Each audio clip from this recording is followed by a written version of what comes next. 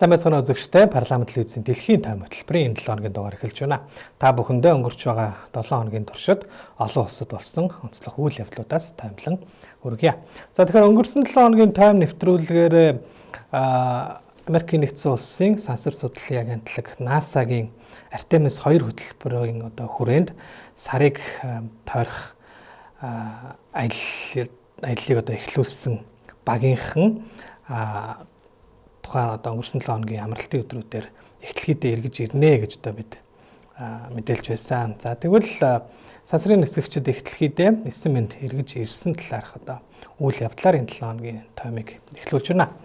За өнгөрсөн 7 хоногийн Бямб гаригийн үдээс хойш Улаанбаатарын цагаар Артемис 2 багийн сансрын нисгэгчид эхлэхийдээ 9 минут газардсан. За тодруулах юм бол Америкийн нэгдсэн улсын Калифорни мужийн эргээс холгүй номхон талаа усанд шүхрээр буснаар тэдний 10 хоног үргэлжилсэн түүхэн гэж хэлж болох энэхүү аялал бол өндөрлсөн байна.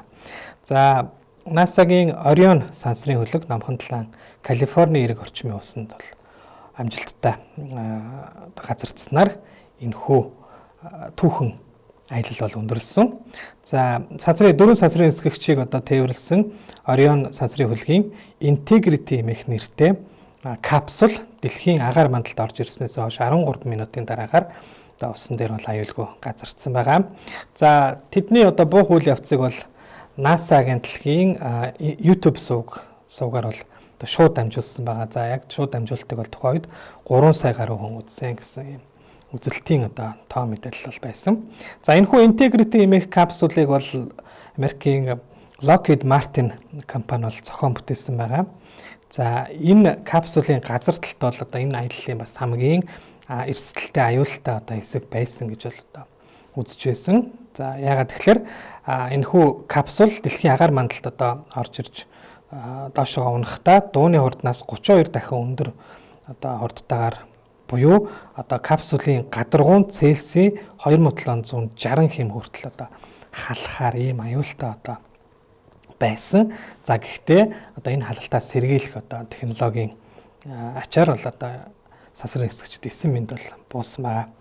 За ингээд далайн усанд унсан капсулыг ирж олох сансрын нисгэгчдийг Америкийн нэгдсэн улсын тэнгисийн цэргийн хөлөгт нисэг тэргээр тээвэрлэн хүргэх зэрэг энэ үйл явц бол нийтдээ 2 цаг хүрэхгүй хугацаанд бол үргэлжилсэн. За эхлээд тэнгисийн цэргийн эмч бол капсул дотор нэвтэрч Америкийн сансрын нисгэгчд Америк Канадын эдгээр сансрын нисгэгчдийн биеийн байдлыг бол шалгасны дараагаар тэднийг авчивч ойролцоо байрлах тэнгисийн өвчний Джон П. Мурта хэмээх хөлөг онгоцон дээр буулгаж эрүүл мэндийн нарийн үзлэг шалгалтад бол хамруулсан байгаа. За тэгээд үүний дараагаар тэднийг Техас мужийн Хьюстон хот руу албан ёсны тосох арга хэмжээнд хүргэсэн юм аа. За сансрын нисгэгчдийг амжилттай 9 минут эхлэхийдээ буусан явдалд бол Америкийн нэгдсэн улсын ерөнхийлөгч Дональд Трамп баяр хүргэж мөн тэднийг цагаан ордонд урьдсан байгаа. За дээрээс нь буултад төгс боллоо. Ерөнхийлөгчийн хувьд бол туйлын баяртай байна. Тэгээд цагаан ордонд та бүхнийг тэсийн ядан хүлээж байна. Бид нислэгийг дахин хийх болно. Дараагийн бидний алхам бол ангараг гараг гэсэн ийм мэдээллийг Дональд Трамп өөрийн сошиал хуудсандаа бол бичсэн байгаа. За Артемис 2 хөтөлбөрийн сансрын нисгэгчид бол 4-р сарын 1-ний өдөр Флорида мужаас бол аяллаа эхлүүлсэн. За тэд дэлхийгээс 406,771 км зайд хүрч очсноороо хүн төрлөختний түүхэндх сансрын хамгийн гүнд хийсэн энэ аяллалын дээд амжилтыг бол шинжилэн тогтоож түүхэнд бичигдээд байгаа.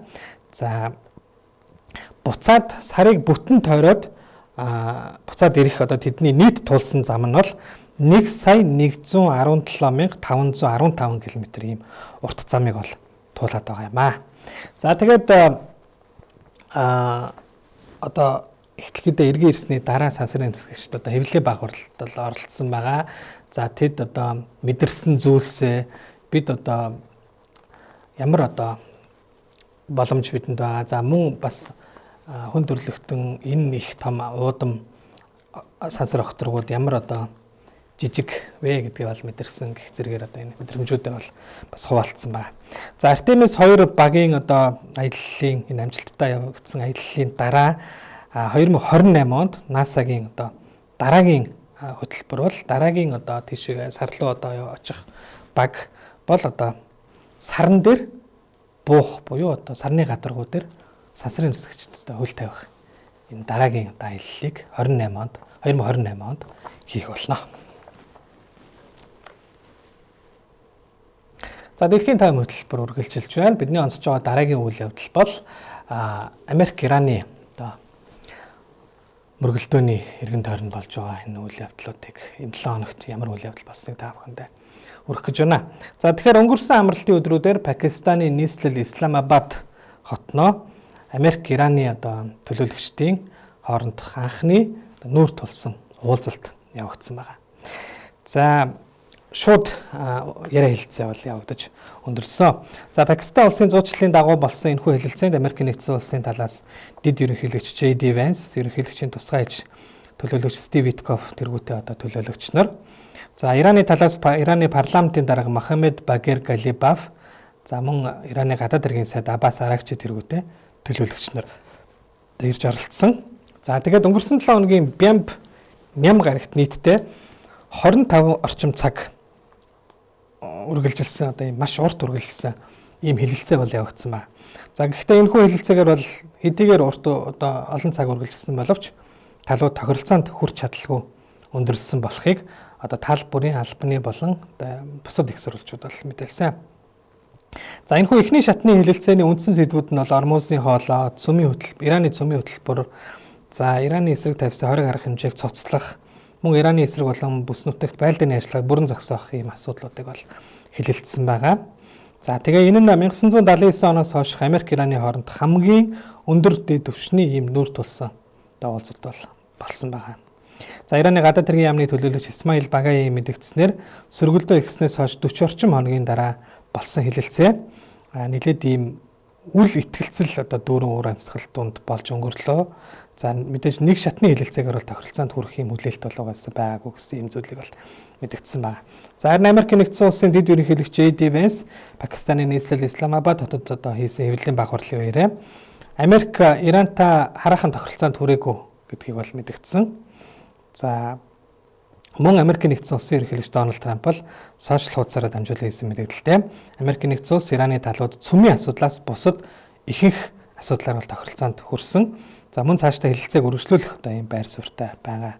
Гэхдээ Америк мөн одоо өөр бусад тохиолдолд бол бүрэн бэлтгэлтэй байгаа. За шаардлагатай тохиолдолд цэргийн хүч ашиглан Ираны үлдсэн хүчин чадлыг бүр мөсөн устгах болно гэмээр ийм анхааруулсан мэдээллийг бол тэрээр хийсэн байна. За түүнчлэн Дональд Трамп энэ 7 хоногийн даваа гарагаас эхлэн Ираны бомбтууд болон далайн эргийн бүс нутгуудад нэвтрэх гарах бүх далайн тээврийн хөдөлгөөнд хориг тавина гэдгийг бол одоо мэдэгдсэн. За тэгээд үүнд Персийн болон Оманы болон Ираны бүх бомбтууд бол амрагдах болно гэдгийг бол хэлсэн байна. За Америк Ираны хоорондох эхний шатны яриа хэлэлцээ тодорхой үр дүнгuu одоо өндөрсний дараагаар бол дэлхийн зах зээл дээрх газрын тосны үн бол яг тухайн үед бол дахин одоо нэмэгдэж эхэлсэн байгаа. За тэгвэл ерөнхий одоо түрүү хэлсэнчлэн ерөнхийлөгчийн одоо тушаалаар Америкийн нэгдсэн улсын зэвсэгт хүчин 4-р сарын 13-ны өдрөөс эхлэн Ираны эргийн дагуу далайн тээврийн хөдөлгөөнийг хязгаарлаж Ираны бомбтуудыг бүслэх ажиллагааг энэ 7 хоногийн даваа гарагаас бол аль бие усаар эхлүүлсэн. За Пакистаны нийслэл Исламабад хотод болсон одоо хоёр талын яриа хэлэлцээ тохиролцоонд хүрэлцээ өндөрсөний дараагаар Америкийн тэнгисийн цэргийн одоо байлдааны хөлгүүд Ираны бомбтуудын орох гарах хөдөлгөөнийг хаах арга хэмжээг авч байгааг ерөнхийлөгч Дональд Трамп бол зарласан байна. За орох дордын бүс нутагт байгаа Америкийн нэгдсэн улсын зэвсэг түвшний төв командлалын одоо тайлбарлан мэдээлснээр Ормузын хоолойгоор зөвхөн Ираны бус бомбтуудыг чиглэж байгаа ачааны хөлгүүдийг бол саадгүй одоо нэвтрүүлэхээр болж байгаа. Харин Ираны бомбтуудад хүрэх болон гарах хөлгүүдийг Ормузын хоолойгоор нэвтрүүлэхгүй гэдгийг бол мэдээлсэн. За Дональд Трамп Ираны бомбтуудыг бүслэх Вашингтоны энэхүү санаачлалыг хэд хэдэн улс дэмжиж магадгүй байгааг бол дурдсан.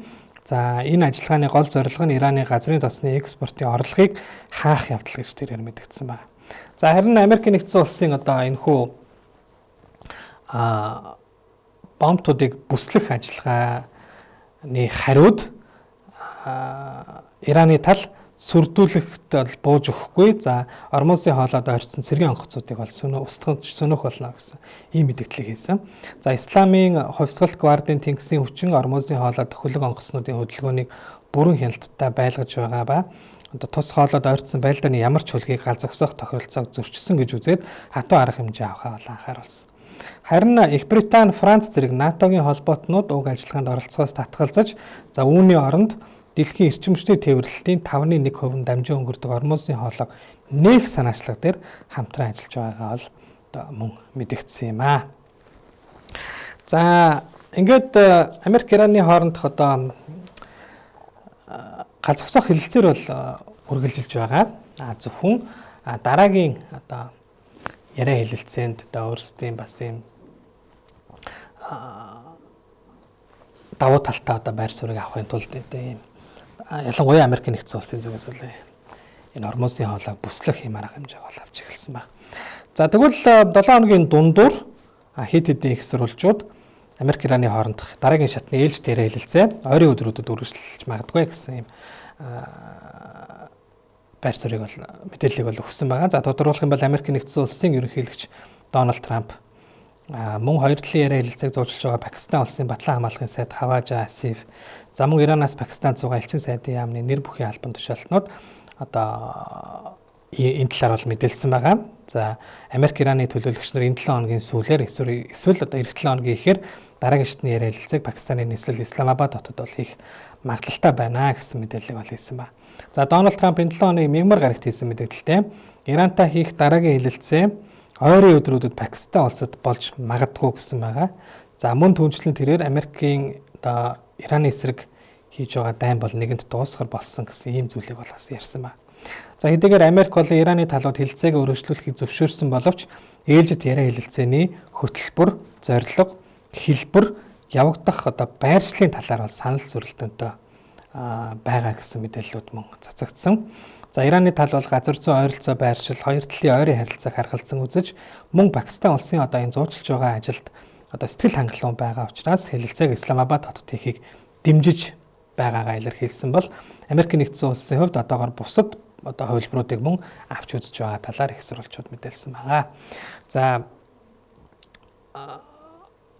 одоо өмнөх одоо анхны шууд хэлэлцээ 11-ний өдөр 11-12-ны өдөр болсон анхны шууд хэлэлцээ бол одоо хэдийгээр бүтэн өдрийн турш зохиогдсон боловч сөргөлдөөнийг урт хугацаанд зохицуулах асуудлаар бол талууд нэгдсэн байр суурьд хүрч чадаагүй учраас ингээд дараагийн одоо шатны хэлэлцээр бол орж байгаа. За ер нь бол дараагийн шатны хэлэлцээ энэ 7 хоногийн сүүлээр одоо болж магадгүй гэсэн юм мэдээлэлүүд бол гараад байгаа. За энэ талаар одоо хожим та бүхэнд өргөх болно.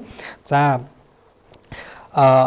энэ 7 хоногт ойрох доноддох одоо энэ Америк Ираны сөргөлдөөнийг зогсоох асуудалтай зэрэгцээд мөн Израиль, Ливан улсуудын хоорондох шууд яриа хэлэлцээ Америк нэгдсэн улсын нийслэл Вашингтон хотноо мягмар гарагт явагдаж ундрсан байгаа.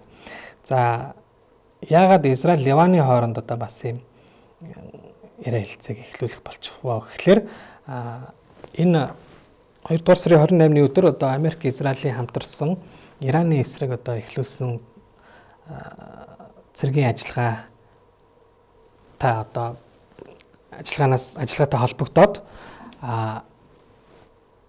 бүс нутагдах Ираныг одоо дэмждэг террорист одоо бүлэглэлүүд бол Иранд дэмжлэг үзүүлэх үүднээс Израилийн эсрэг одоо бас цохилт өгч эхэлсэн байгаа.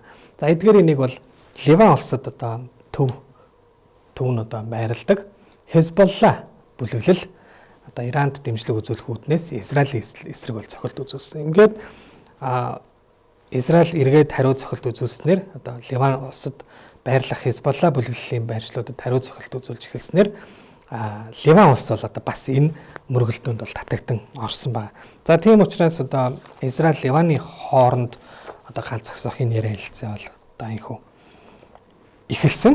За хоёр талын хооронд сүүлийн 30 гаруй жилийн хугацаанд буюу 1993 оноос хойш анх удаага Израиль Ливаны хооронд зохион байгуулагдсан энэ уулзалтад Америк нэгдсэн улсад суугаа Израилийн элчин сайд Ехел Лейтер, за Ливаны элчин сайд Нада Хамад Мавад болон Америк нэгдсэн улсын төрийн даргын бичгийн дарга Марко Рубио нар бол оролцсон байгаа. За уулзалт хэлэлцээ бол мэдээж Америк нэгдсэн улсын зуучлалаар зохион байгуулагдсан. За тэгээ Израилийн элчин сайдын одоо хэлснээр 2 цаг үргэлжилсэн уулзалтын гол үр дүн нь талууд Ливан улс дахь Хизболла бүлэглэлийн одоо нөлөөг арилгаж тус бүлэглэлээс чөлөөлөх шаардлагатай байгаа гэдэг дээр бол санал нэгдсэн явдал байсан гэдгийг бол онцлсан байгаа. За мөн тэрээр Ливаны засгийн газрын Хизболла бүлэглэлийн хэлэлцээнээс татгалзах уриалгад авталгүйгээр одоо энэ шууд хэлэлцээнд оролцсныг сайшааж Ливаны засгийн газар цаашдаа Хизболлад өөрийнхөө эзэрхийлүүлэхгүй гэдгээ тодорхой илэрхийллээ гэдгийг бол нэмж хэлсэн юм аа. За хоёр улс 1948 оноос хойш дайны байдалтай байгаа. Мягмар гарагийн энэхүү уулзалт нь 93 оноос хойш Ливан Израилийн хооронд өндөр түвшинд хийгдсэн анхны одоо яриа хэлэлцээ байлаа. За тэгээд дараагийн шатны яриа хэлэлцээг харахад товлоогүй боловч энэ мягмар гарагийн одоо уулзалтаар яригдсан саналуудыг талууд засгийн газруудаа уламжилж за ойрын 7 хоногудад Вашингтонд яриа хэлэлцээг үргэлжлүүлж магадгүй гэсэн ийм зүйлийг бол хэлэлцээнд оролцсон төлөөлөгч нар бол мэдэгдсэн ба. За тэгвэл яг одоо үүний одоо дараахан буюу пүрэв гарагт Ливан Израилийн хооронд 10 хоног гал зогсоох хэлэлцээ байгуулагдаж за энэ хэлэлцээ баасан гарагаас эхлэн хэрэгжиж эхэлнэ гэдгийг Америк нэгдсэн улсын ерөнхийлөгч Дональд Трамп одоо албан ёсоор бол мэдэгдсэн байгаа. За тэрээр хоёр улсын удирдагчдын хооронд анхны нүүр тулсан уулзалтыг зохион байгуулахыг бол одоо оролдож зуучилж байгаа гэдгээ мэдэгдсэн. За мөн тэрээр одоо Израилийн ерөнхий сайд Беньямин Нетаньяху Ливаны ерөнхийлөгч Йосеф Аун нартай одоо утсаар ярьсны дараагаар одоо энэхүү дайсагнасан ажиллагааг зогсоох гал зогсоох одоо тохиролцоонд бол хүргэж чадсан. Ингээд гал зогсоох тохиролцоо бол 10 хоногийн хугацаанд бол гал зогсоон. За энэ хооронд одоо хоёр улсын хооронд